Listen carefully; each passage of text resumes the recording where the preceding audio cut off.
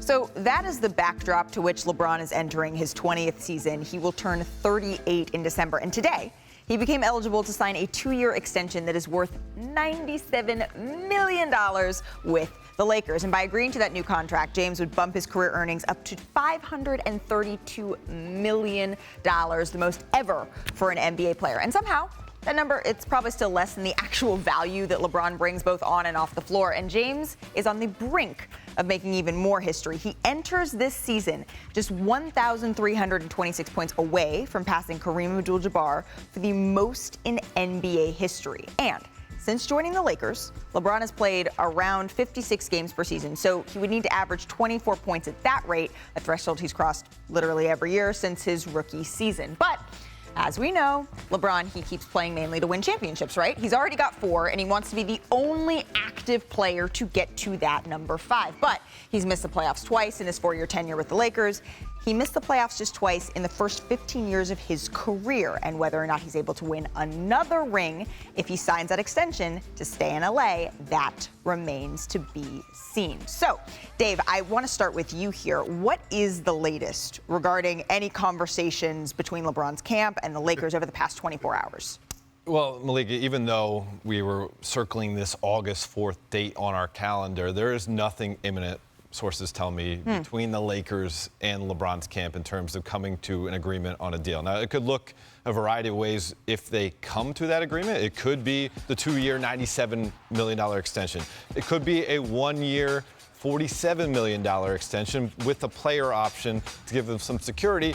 Or we could see LeBron just not engage in those talks and wait to see what the Lakers front office can do for him in terms of making this team competitive. There are 2 things that matter most for LeBron as he looks at the final stage of his career: adding to his 4 championships collection, and also finding an opportunity, if his son is eligible to make it into the NBA, finding an opportunity to be a father-son duo on the same team.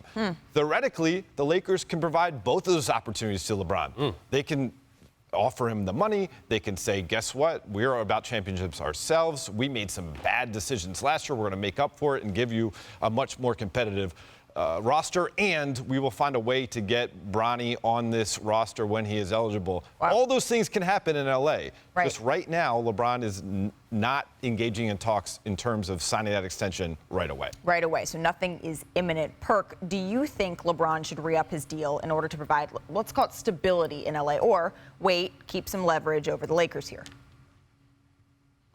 Hell no, and he should stay far away from it. Here's the reason why.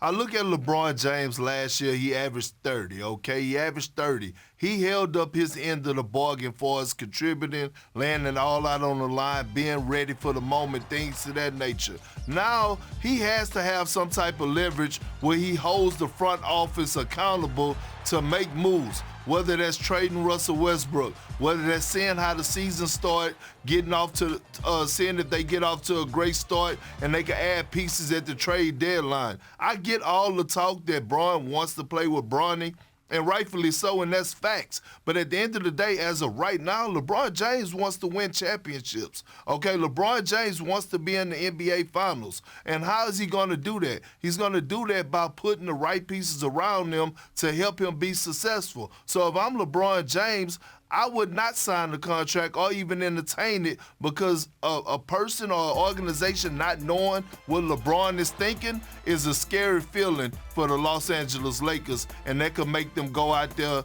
and do something that will make him feel like they're trying to move in the direction of actually winning a title again. Well, whether he signs this deal or not, I don't see him leaving. The only time I actually see him leaving, as if Dave mentioned a little bit earlier, if there's an opportunity to play with Bronny elsewhere. The Lakers feel like they can make that happen in LA. LA is home for Bron now, and we all know what he's doing on and off the court. His family loves it here. Bron is not leaving regardless, but I feel like he is going to keep the Lakers management on his toes, as he should. This is the end of, one of the greatest careers, if not the greatest career of all time. So he's always been great at navigating his career, getting to where he wants, and really getting what he wants. So we're going to see what the Lakers management is able to do for him more than, because we already know what he can do for them. So, again, whether he signs this or not, fans, relax. I don't think he's going anywhere, but I think he always likes to have the leverage, and someone as great as him should have the leverage. Thanks for watching ESPN on YouTube. For live streaming sports and premium content, subscribe to ESPN+.